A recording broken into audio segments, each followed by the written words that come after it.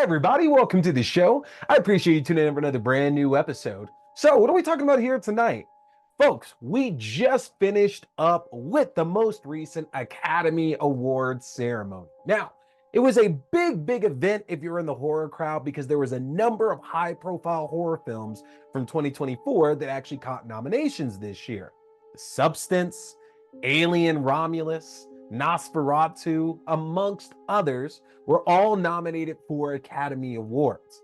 Now, as we know in the horror space, it is not all that often that we're going to see the horror genre take home a lot of these big time awards. You know, it was cool as hell seeing Demi Moore pick up the Golden Globe for Best Actress, just the other month for The Substance, because regardless of your overall opinion of the movie as a whole, Demi Moore is incredible in that film. I figured we might as well spend a little bit of time tonight talking about some of the films and the various awards that I feel should have been nominated for Academy Awards this year. So strap in, folks. Tonight we are talking the horror Oscars. And I'm going to start here by an easy one, Longlegs. So Oz Perkins put out his own original work last year that was very much reminiscent or send up, whatever you want to call it, of the classic Silence of the Lambs. It focused on an FBI agent, Lee Harker, played by Micah Monroe, who has some kind of connection to this serial killer Longlegs, played by Nicolas Cage, and is racing to find any information she can that will lead her to the identity and capture or killing of this killer before more people are taken out. Micah Monroe, Nicolas Cage, and most especially Alicia Witt put in some fantastic performances here in these films, and all three of them, in my opinion, should be catching those Oscar nominations. Now, Micah Monroe has made a nice name for herself in the horror realm, but I truly do believe that her work here as Lee Harker, an agent who knows a little bit more than what she's letting on, and she can't reveal exactly why she knows more information than she's able to let on here, but is still trying to stop this killer all the while trying to figure out this connection with her mother and make it as a young female FBI agent, is again fantastic in this leading role. And Nicolas Cage, who doesn't get as much screen time in this as you might hope that he does, gets a chance to really do something as outlandish as we think Nicolas Cage is doing all the time. His work as the serial killer Longlegs here was terrifying. And even though Longlegs as a whole isn't, let's say, the most important figure in what's going on in this film from start to finish, obviously this character plays such a significant role, and Nicolas Cage was the right person to put into this position for this kind of performance that we got out. But again, it's Alicia Witt playing Lee Harker's mom, Ruth, who plays a very important role to the story here that I actually think is the best part about this film as a whole. Just from the start, the fact that she's almost unrecognizable, in my opinion, and then as that role slowly morphs from maybe being a crazed fanatic to somebody who is truly dangerous, you see those specific spots beginning to come out, and it really just completes the film. Longlegs, in my opinion, should have picked up a Best Actress nomination for Micah Monroe, a Best Supporting Actress nomination for Alicia Witt, a Best Actor nomination for Nicolas Cage, and it for sure should have picked up a nomination for Best Picture, Best Director, and Best Screenplay, all for Oz Perkins. That is absolutely one that's for sure on that Oscar list there. We move over to Strange Darling, a film about one of the United States' most prolific fictional serial killers and their last encounter before they ultimately take the long nap. Now, Willa Fitzgerald and Kyle Gallner are your heart and soul of this film as the lady and as the demon. And the constant power struggle that goes back and forth between the two of them over the course of this film had me tense in my seat, on the edge of it, waiting to see who would ultimately get the upper hand. Now, Kyle Gallner is no stranger to the horror realm. He is one of our horror princes out there these days, continually adding to whatever film he's in, no matter how big or how small. And you got to keep in mind too, he didn't just have Strange Darling last year. He had The Passenger. He also had Smile 2 as well. And Kyle Gallner is always this reliable player that you can put into any role, and he just fits just right. Without question, his role as the demon in this film is something that should have picked up a Best Actor nomination.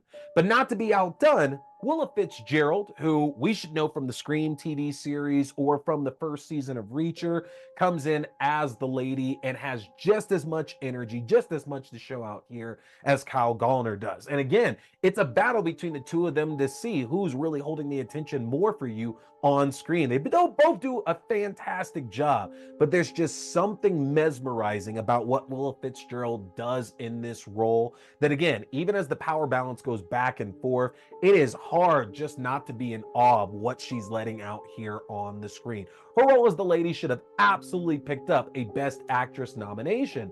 But not to be outdone, JT Molnar, who was the writer and the director of this film, for sure should have picked up nominations for Best Picture, Best Director, and Best Screenplay. Because while we do get a large number of serial killer thrillers throughout the year, getting something different and something new with that is very rare to come by, and Molnar definitely succeeded here with Strange Darling. That seems almost like this weird fantasy above anything else once you get to the end of it. Another great film that very much should have caught some Oscar noms there for sure.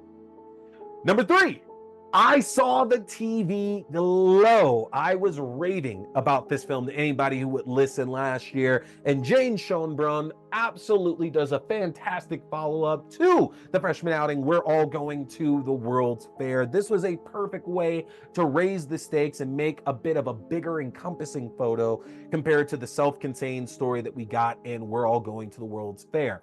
Justice Smith and Jack Haven, who play Owen and Maddie, very similar to Fitzgerald and Gallner in Strange Darling, do a lot of shifting with the power dynamics throughout this film. And I love the fact that under the surface, and obviously in some points very overtly as well too, we're supposed to understand the dichotomy of Owen and Maddie, and that what they're living as, what they're experiencing in the real world very much might not represent what's actually there under the surface, and that's what they're fighting for through all of this, is to wake up and see the real world that they actually occupy, their real true selves. This script, heartbreaking, very much heartbreaking for those of y'all who you're a little bit like me, who just live in nostalgia and are afraid sometimes to just face the real true world and all those dangers they could put out there and in front of us. Justice Smith and Jack Haven put in these emotionally heavy performances that you want them to push through, but you also understand why they're okay sitting back at certain spots in this fake comforting world that they've set up for themselves. Moving over to Heretic. Heretic, one of the big ones coming out later in the year from A24 and starring one of our favorites, Sophie Thatcher from Yellow Jackets, The Boogeyman, and a bunch of others. But more importantly, putting in what is absolutely an Oscar turn here for Hugh Grant as Mr. Reed, the man who will challenge every belief that you have, everything that you've grown up with. His Mr. Reed is very convincing in his arguments to these two girls who stumble upon his doorstep to explain why their religion is a farce and why, at the end of the day, it doesn't really hold any ultimate weight, and that putting your faith and your belief and your love into all these things ultimately doesn't mean much at all. Hugh Grant's portrayal in this is flawless, because at the end of the day, Mr. Reed is just a serial killer who's looking for a way to really fuck with his victims. And fuck with his victims, he does here in Heretic. It is probably the best role Hugh Grant has done in the last decade, bar none. And yes, that does include Dungeons and Dragons, which I do love, but I do feel this film is not just one of the best that he had in recent years, but one of the best of his entire career. Absolutely should have caught a Best Actor nomination here for Heretic. Likewise, moving over to Blink Twice, a film about a young woman and her friend who end up on the island of mysterious millionaire billionaire Slater King, only to find out that there are more terrifying things happening on this weekend getaway. Can they get away and save their own lives? Now, Blink Twice is some hard subject matter to really get through, and especially in the world that we're living in now, might seem a little bit more reminiscent of a true life story for a lot of people that are out there. But behind all of that is Channing Tatum getting one of the best monologues of his entire career, if not the best monologue that he's ever been given in his entire career, towards the end of this film, where Slater King talks about accountability in the media versus personally, and what all somebody can do to act and look and say that they're sorry for these terrible things that they've done, but what does that ultimately count to? You know, I know Channing Tatum gets shit on a lot for a lot of these random roles that he takes on. His work as Slater King in Blink Twice is going to go down as one of the best roles of his career, a chance to actually give him some sizable material for him to work with. Fantastic work. Channing Tatum, Best Actor, Blink Twice. And finally, this brings us along to the one that, of course, you already are aware of, which is The Substance. There's one thing about The Substance we have to remember, and that is the balance, because you are one. I was actually surprised that Margaret Qualley did not end up picking up her own nomination for this film, just for the fact that it really is two halves of the same performance. You know, yes, Demi Moore's Elizabeth Sparkle is our older version and the main version of this character, the one that we really have the connection to, but Margaret Qualley Sue is still part of Elizabeth Sparkle. And what she brings is still what Elizabeth has going on in her own body, in her own mind as well. That's literally the entire purpose here of The Substance, and the balance that's supposed to be kept here with that. Qualley, I think, did a fantastic job picking up on a number of those mannerisms and actions and movements and little quirks that Demi Moore's Elizabeth Sparkle has throughout the film, that Sue needs to have as well too, while still putting in her own separate significant performance here with it. And she absolutely should have caught a nomination for this one as well. And the thing is that it's kind of weird because you don't really split these categories down. There's no such thing really as a tie, but it is one of those things there to where I do feel, honestly, if Elizabeth Sparkle, if Demi Moore in this role is going to pick up a nomination for that, Margaret Qualley should be picking up a nomination for Sue as well. It just all makes sense when you really come down and think about it. So that's it, y'all. That is what I think absolutely should have been catching some more Oscar buzz here in the world of horror over the last year. I am curious though. You tell me in the comment section, what do you think I missed? What would you put in for a nomination for an Oscar this year that definitely got overlooked? There's nothing too extreme. I want to hear your wildest, outlandish nominations for Oscars this year.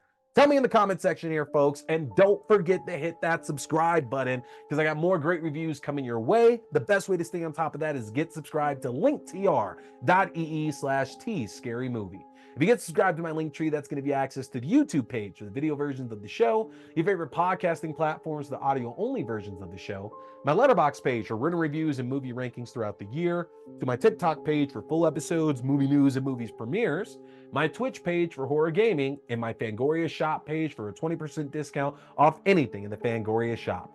Take advantage of that, folks, and get subscribed because I got more great reviews coming out your way. We're heading back in the world of Scream, of Leprechaun, of The Howling. We are finishing up season 2 of Mayfair Witches, and we got the season finale of Dexter Original Sin coming up. We got so much good stuff coming your way. You don't want to miss any of that. But that's it tonight, folks. My name is T.